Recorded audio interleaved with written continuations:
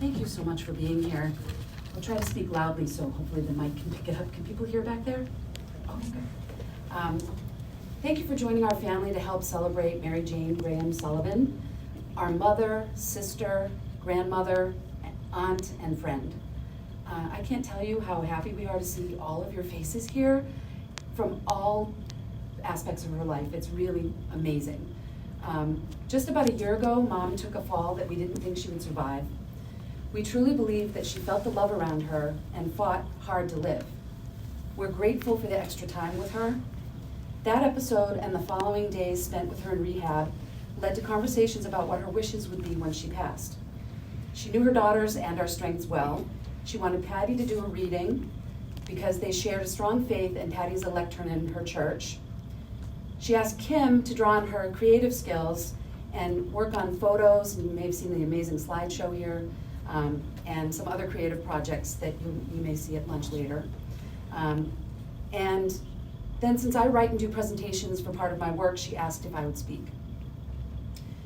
She wanted to be laid to rest with our dad and have a service here in Needham. She's remained in contact with Dan Toomey, as I said, and she'd be so happy to know that he's here and that all of you are here today. She also asked me to make a music mix that included some songs at her request, and so you may have heard it, although the chatter was loud, which is lovely too. Celebrating her has been a group effort. You may notice that some of us are wearing some bright colors. I've got my butterfly scarf that was hers, and sparkles, because she was colorful, vivid, bright, and lively. She loved her colors, or decoloris, as she called them. The program and her obituary include details about her life, so I'm not going to read from that text since you already have it yourselves. Instead, I want to share a few highlights about Mom, Mary, Mary Jane, MJ, Grammy, Grammy Butterfly, Grammy Crackers, and Mumsy Poo. She was a survivor. She and her siblings were separated at a young age, and then she was raised in a very difficult home. Her first psychiatric hospitalization was almost 50 years ago when she was in her late 20s, and she struggled with those issues the rest of her life. It made suddenly losing our dad, when she was only 46 years old, that much harder. However, despite those challenges, she was loving and warm and so funny. Thankfully, she was reunited with her siblings as an adult, which was a bonus for us as we gained 2 aunts and an uncle. And one of our aunts, Irene, is here. Her brother Jimmy passed away last spring, and her sister Millie lives in Georgia. Kim and I are lucky that Irene lives in New York near us. In the past decade that Mom's been on Long Island, we've gathered for many holidays, barbecues, visits, and just time together. A couple of weeks ago, we actually took a trip to Georgia to celebrate Irene's 80th birthday, and it gave us a chance not only to celebrate Irene, but to share some memories of Mom together as well. Over the past few weeks, we've been getting texts and emails and online comments from friends, neighbors, family, and they all have a common theme, that she was always so warm and welcoming. Our house was consistently full of friends, exchange students, family, and various folks who lived with us for a while. She made that happen. Don't get me wrong, our dad was amazing, and he very much created that welcoming atmosphere as well, but she's the one who kept it all going at home. My favorite quote came from a Sutton Road neighbor who's here today. Pam said, "She was the magic of many childhood memories." And that just meant so much when I read that. I don't know about those of you who have lost a parent, but after my dad died, I often thought about the things that I learned or inherited from him. In many ways, I gave him credit for all of my strengths. But I've realized that many of my positive traits came from Mom. It was easier to see once she had a more supportive and stable life in assisted living. I'm grateful for the resilience and the humor that we share, along with our curiosity about other people. While in the hospital and rehab, she would ask everyone's name and typically find out how many kids they had, what they were doing in school, where they were from, and then she would report all of that to us whenever someone came in the room. That's also my MO. I can't order a dinner without asking my server where they go to college.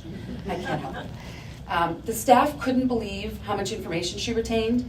When she returned to Stony Brook University Hospital in April, she recognized nurses from last year and remembered their names without looking at their ID badges. And we actually had people say, "Oh yeah, well, oh no, it's flipped the other way. You actually know my name." No matter how sick she got, she kept her sense of humor. I hope you can see her playfulness and joy in the photos that we've shared. This tale isn't for this time and place, but ask us about the story behind the pink cowboy rhinestone hat. It brought a lot of laughs over the past year, and she wore it a lot. Mom had such a strong will to live. She was making plans for her Holy Roller friends to come to Long Island for a visit and talked about what we'd be doing this summer. Then the palliative care team came in to meet with us and Mom to let us know that she wasn't improving and that it was time to start saying goodbye. This made absolutely no sense to her. In classic Mary Jane style, she said, "Cuckanoony poo-poo, I'm not ready." Then she went on to tell the staff that that's the word she taught us so that we wouldn't say the S word, and if we did say the S word, she would charge us 3 pennies. Then she paused again, and she said, "And copper's worth a lot now. I should have kept those pennies." So, during one of the most difficult conversations of her entire lives, she managed to make everyone laugh as well as cry, including the staff. I think that attitude got her through many tough times. Her body just didn't agree with her mind this time. She was resilient and rambunctious, sensitive and strong, goofy and generous. I not only feel lucky that we've had this past decade with her in New York, where she enjoyed a new stability, but I'm also grateful for the time that we had with her over the past year. It was wonderful to watch her bring a smile and some joy to others, even when she was struggling. Plus, it was bonus time we didn't think we'd get. My niece Emily is a nurse at Stony Brook, and so she spent a lot of time with us there, and the family of one of her patients had given her a rosary. She knew Grammy would appreciate that. Just after the nurses had set up comfort care and had just started Mom on a morphine drip, Mom woke up a little bit, and so Emily told her she wanted to give the rosary to her. She was thrilled. She tried to put it over her head, it didn't fit, and Emily had to explain to her, "No, Grammy, that's not for your head. You could wrap it around your wrist, it's a little looser there." Then Mom put her arms out like this and started saying the Lord's Prayer. She got about halfway through and then fell asleep. We kind of thought, uh-oh. Patty continued to say the Our Father, and then just at the very end, Mom popped up again and she yelled, "Loosey-goosey!" and then fell back asleep again. That was the last thing she said. She fell back asleep and she died about 10 hours later. And I think that's absolutely perfect because it shows her faith and her goofiness all in one statement.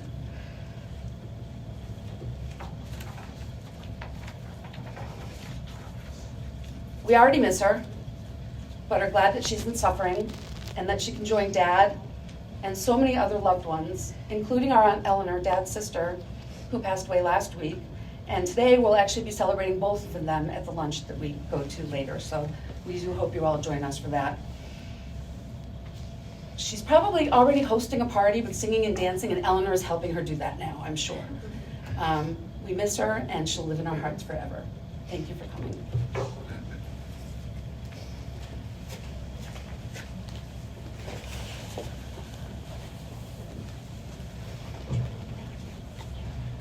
Patty did well in choosing the reading from Proverbs dealing with the good wife and the mother, as she pointed out. And definitely Mary Jane was many good things to many good people. And I'm only going to share 2 reflections. One, the first, that Mary Jane did not have an easy life, as you mentioned. She had a rather difficult life at certain points. And yet she always had this ability to be able to laugh. And I remember at certain times when I would talk to her with her on the phone, she would be sharing different things that were going on. And I said, "It's terrible, Mary Jane, it's terrible." She'd start laughing and she'd say something like loosey-goosey. She'd start laughing and she'd say, "It really is, it's the worst ever. It's really terrible, it's really terrible." And I said, "Mary Jane, why are you laughing?" And she says, "Because I'm still loved. God loves me." And I said, "Mary Jane, I wish I could be like you." And she said, "No, you don't want to be that good." I said, "All right." But she had such a wonderful sense that she was loved and that she was lovable. She had that awareness, and like you said, she loved people. And I can cherish the fact that she gave me pecan pies on a regular basis. And her love that was present in pecan pies was absolutely delightful.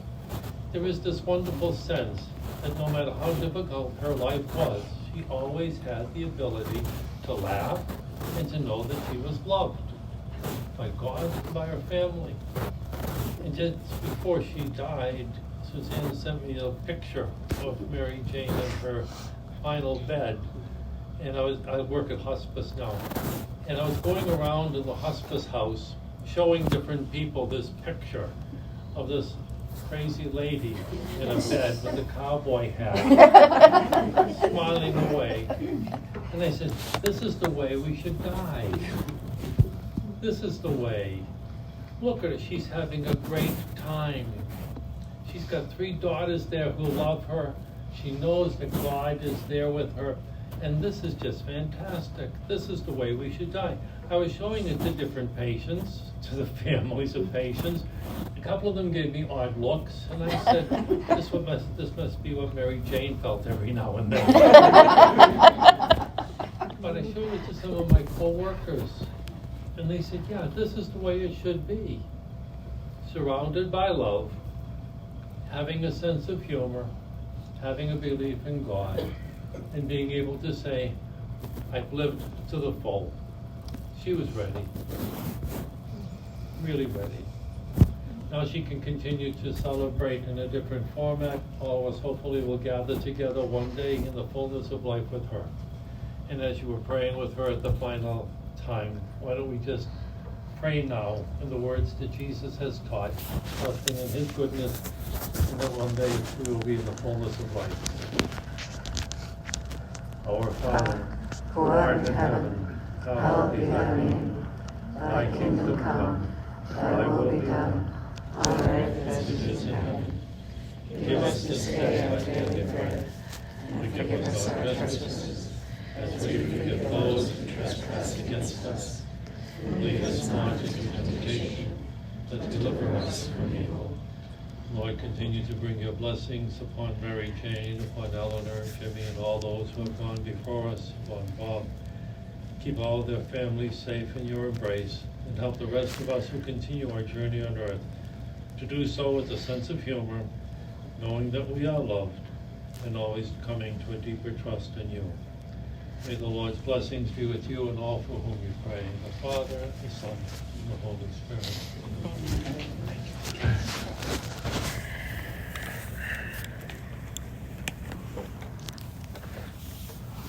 Amen. Mention the luncheon? Yeah. I know that the folks here are going to be getting us into our cars to go over to St. Joseph Cemetery. We welcome all of you to join us at lunch immediately after the cemetery. It's at West on Center Street in West Roxbury. And they have an entrance on Belgrade Avenue. If anyone has mobility issues, there's only a couple stairs up on Belgrade Avenue entrance. There's parking at either Holy Name School or Roach Brothers. So, Everybody's welcome. yes, everyone is welcome. Please join us. On behalf of Mary Jane's family, I'd like to thank all of you for being here to support them, and to celebrate her life. And as they mentioned, the celebration will continue. And you can tell the story about how that location means so much to get your parents together years ago. I'd ask at this time now, if you're going on to the cemetery, to please go directly to your cars, and we'll be heading over to the cemetery for a final service over there. Thank you very much.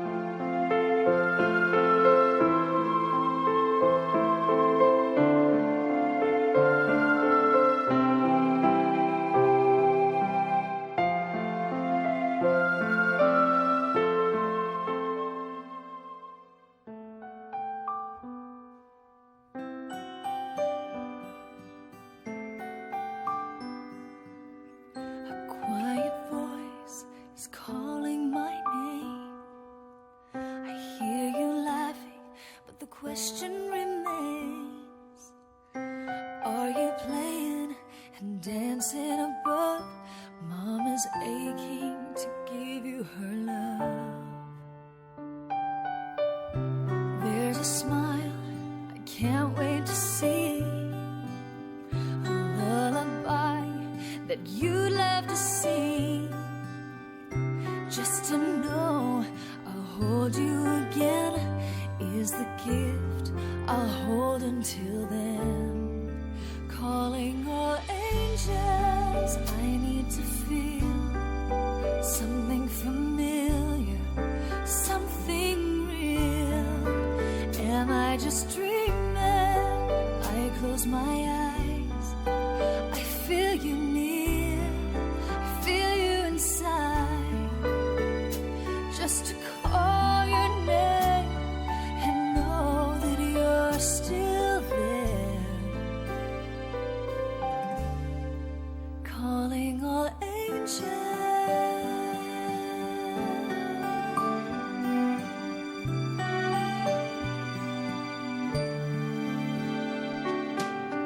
I know the plan was having you here. Sometimes what's best is so unclear. But baby girl, put your hand in mine while I walk through the fire that refines.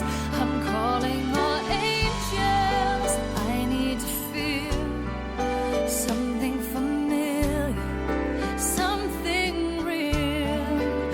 Am I just dreaming? I close my eyes, I feel you near, I feel you inside. Just to call your name and know that you're still there. Calling all angels.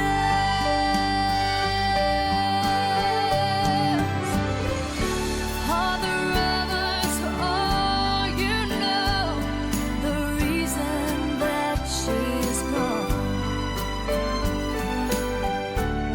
She's in my heart, but in yours. Calling all angels, I need to feel something familiar, something real. Am I just dreaming? I close my eyes, I feel you near, I feel you inside. Just to call your name and know that you're still. Well, you know, I do the best I can because I'm a child of God.